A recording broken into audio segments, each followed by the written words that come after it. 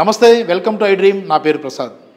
రాష్ట్రంలో ప్రతిపక్ష రాజకీయాల పరిస్థితి చాలా విచిత్రంగాను, విచ్ఛిన్నంగాను, అయోమయంగాను కనిపిస్తుంది. ఇప్పటికే టిక్కెట్ల పంపిణీ అనేది ప్రకటన కానీ జరగాల్సి ఉన్నప్పుడు కూడా చాలా ఇతమిద్దంగా దాని మీద ఒక ప్రకటన రాలేని పరిస్థితి. తెలుగుదేశం పార్టీ అయితే స్వయంగా రా కదిలిరా అంటూ సభలు ఏర్పాటు చేసుకుంటుంది. పవన్ కళ్యాణ్ జనసేన కేడర్ మాత్రం అయోమయంగా ఉంది. ఆయన ఇంకా రోడ్లపైకి వచ్చిన పరిస్థితి కనిపించలేదు. ఈ టిక్కెట్ల వ్యవహారం తేలకపోవడం వల్లే అయోమయమైన పరిస్థితి నెలకొందన్న భావన అయితే వ్యక్తమవుతుంది. మరి ఇలాంటి విషయాల్లో తెలుగుదేశం పార్టీకి జనసేన లోకువా, జనసేనకు టీడీపీ లోకువా అన్న భావన అయితే ఇప్పుడు ప్రధానంగా చర్చ రేగుతున్న నేపథ్యంలో మనతో మాజీ వైస్ ఛాన్సలర్ హనుమంతు లజపతి రాయ్ గారు ఉన్నారు. సార్ నమస్తే. సార్ నమస్కారం. సార్, అంటే ఎన్నికలు వస్తున్న సమీపంలో రాజకీయ పార్టీలు అనుసరించే వైఖరి, వాళ్ళు చూపించే దూకుడు ఇవన్నీ కూడా జనాలను ఆకర్షిస్తాయి. కానీ ప్రధాన ప్రతిపక్షంగా ఉన్న తెలుగుదేశం పార్టీ కానీ దానికి నేను ఎలాంటి షరతులు లేకుండా మద్దతిస్తామని ముందుగానే ప్రకటించిన జనసేన పార్టీ వైఖరులు చూస్తున్నప్పుడు ఎవరికి ఎవరు లోకు అంటే ఏమైనా అనుకుంటారు సార్ మీరు? అంటే అది ఎప్పుడైతే జనసేన రీసెంట్గా తెలంగాణ ఎలక్షన్స్లో డిపాజిట్లు కూడా సాధించలేని స్థితిలో మరి బయటపడిందో, అంతకన్నా వాళ్ళకి అంటే ఆ క్వశ్చన్ అనేది వాళ్ళకి లేదు ఇప్పుడు. అంటే అంతకుముందు ఏంటంటే జనసేన ఆయన అంటే సినిమా కెరిష్మాతో తనే గొప్ప నాయకుడు, తనకి జనం బాగా వస్తారు అనేటటువంటిది ఒక రకమైనటువంటి మెసేజ్ అయితే పబ్లిక్లోకి వెళ్ళింది. బట్ అది జనాలు మెసేజ్ రావడం అదే పక్కన పెడితే, ఈ చంద్రబాబు నాయుడు గారు డెఫినెట్గా ఆయన చాలా ఎక్స్పీరియన్స్డ్ పొలిటీషియన్. ఆయనకున్న ఒక పార్టీ క్యాడరు గ్రామ స్థాయి నుంచి అన్ని స్థాయిల్లో కూడా ఒక క్యాడర్ ఉంది వాళ్ళకి.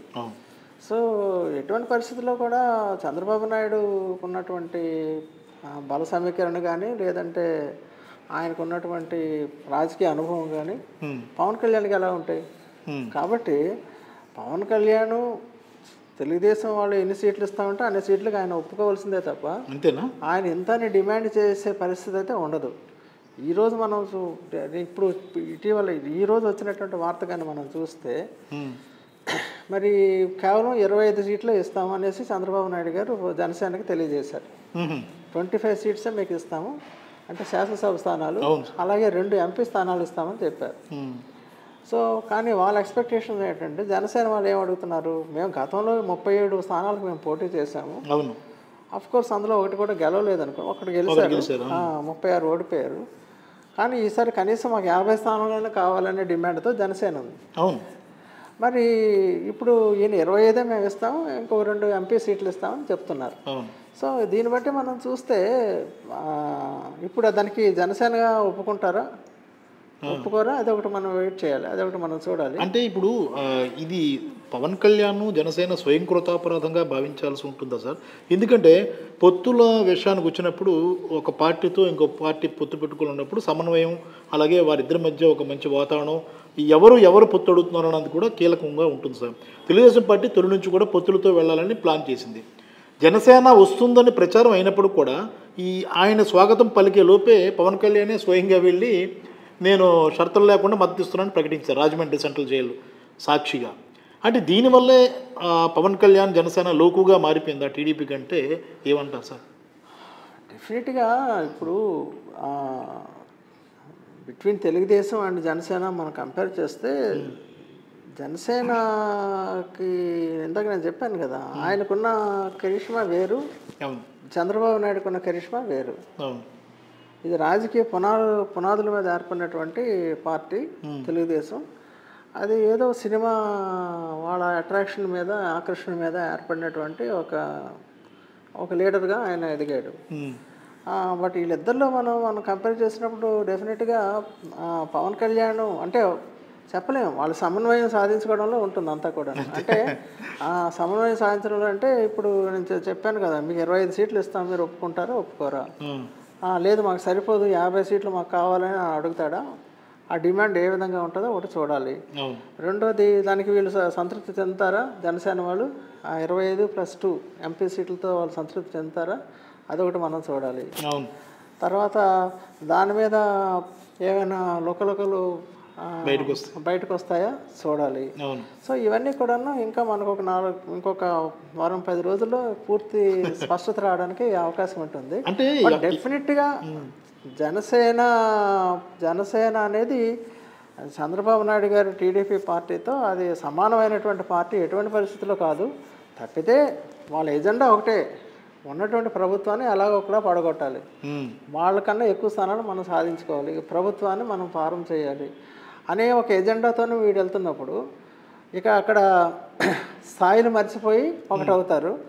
తీరా అధికారం వచ్చిందనుకోండి, ఒకవేళ వాళ్ళకి ఏదైనా అవకాశం వచ్చిందనుకోండి అధికారంలో రావడానికి, అవకాశం వచ్చినప్పుడు అప్పుడు మనం చూడాలి.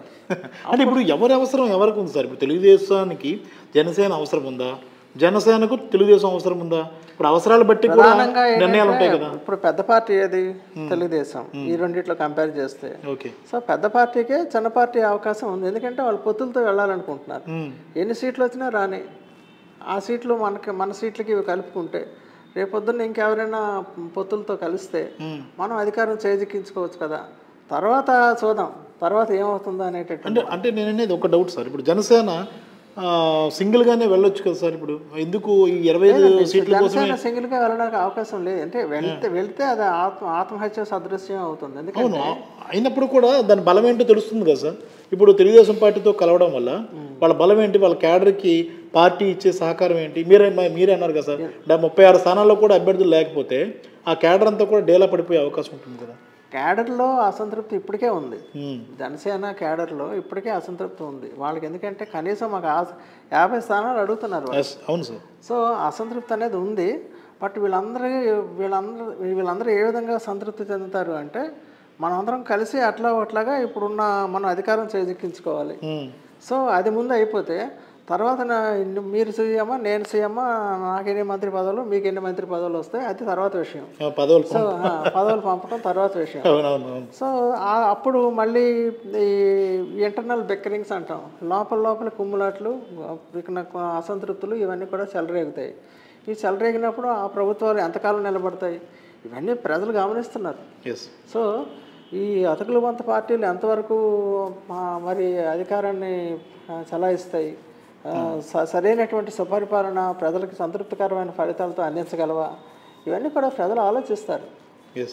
మెయిన్ డ్రాబ్యాక్ ఏంటంటే తెలంగాణలో ఘోరంగా విఫలమైంది జనసేన. ఈ పద్ధతిలో చూస్తే జనసేన 4 స్టెప్పులు కిందకు ఉన్నదని నేను భావిస్తాను. అంతేనా? తెలుగుదేశమే బలోపేతంగా ఉంది. ఎందుకంటే ఒకప్పుడు జనసేన చేసిన డిమాండ్ ఇప్పుడు చేయలేదు. ఏది ఈ నేపథ్యంలో తెలంగాణ రిజల్ట్స్ వచ్చిన నేపథ్యంలో మరి అక్కడైనా ఆయన సినిమా యాక్టర్, ఇక్కడ సినిమా యాక్టరే కదా, మరి అక్కడ ఏది దాని ఫలితాలు ఏంటి? డిపాజిట్స్ కూడా తెలుగుదేశం చంద్రబాబు ముందు జీ హుజూర్ అంటూ పవన్ కళ్యాణ్ తల వంచక తప్పదు. ఫైనల్గా తల వంచక తప్పదు. ఎందుకంటే అతని సినిమా కరిష్మా వేరు, రాజకీయ కరిష్మా అయితే ఆయన ఏం ప్రూవ్ చేసుకోలేకపోయాడు ఇంతవరకు కూడా. గతంలో కూడా చేసుకోలేకపోయాడు, రీసెంట్గా అవకాశం ఆయన తీసుకోవడం లేదు కదా. సో అది ఛాన్స్ లేదు. ఎంతసేపు ఏంటంటే ఏదో ఒక రకంగా మనుగడ సాధించాలి, ఆ పార్టీ ఉనికిని చాటాలి అనేటటువంటి ఒక ఎజెండాతో వెళ్తున్నారు. కానీ వీళ్ళు ఖచ్చితంగా మేము అధికారం క్యాప్చర్ చేసుకుంటామనే ధైర్యం కానీ స్థైర్యం కానీ లేదా అలాంటి గ్యారంటీగా సాధించుకోగలం అనేటువంటి నమ్మకం కానీ వాళ్ళకి లేదని నేను చెప్తాను. Right sir, thank you sir. Thank you. Right, ఇది ప్రస్తుతం అయితే టీడీపీ జనసేన మధ్య మొత్తం మీద ఇది ఒక నివురుగప్పిన నిప్పుల చాప కింద నీరులా ఒక అసంతృప్తి అనేది చెలరేగుతూ ఉంది. సీట్ల పంపిణీ విషయంలో తెలుగుదేశం పార్టీ 25 సీట్లు కన్ఫర్మ్ అవుతుంది అన్న సమాచారం వస్తుంది. అది ఇంకా క్షేత్రస్థాయిలో అంటే పూర్తి స్థాయిలో మనం బయటికి రావాల్సింది. మొత్తం మీద చూసుకుంటే జనసేనకు ఎక్కువ సీట్లు ఇచ్చే పరిస్థితుల్లో తెలుగుదేశం పార్టీ లేదు అన్న భావన స్పష్టమైపోతుంది. ఎందుకంటే కదిలిరా అంటూ చాలా తెలివిగా తెలుగుదేశం పార్టీ సభలు పెట్టుకుంటూ వెళ్తుంటే ఇంకా నేను కదిలి రాను అంటూ పవన్ కళ్యాణ్ ఇంకా అంటే జనంలోకి రావడానికి ఇంకా సంశయిస్తున్న పరిస్థితి కూడా కనిపిస్తుంది. ఇలాంటి పరిస్థితుల్లో వేరే పొత్తులు ఎత్తులు ఏ రకంగా ఫలిస్తాయన్నది కూడా పెద్ద $1 మిలియన్ ప్రశ్నగానే మిగిలిపోనుంది. కెమెరామెన్ మూర్తితో ప్రసాద్, ఐడ్రీ మీడియా, విశాఖపట్నం.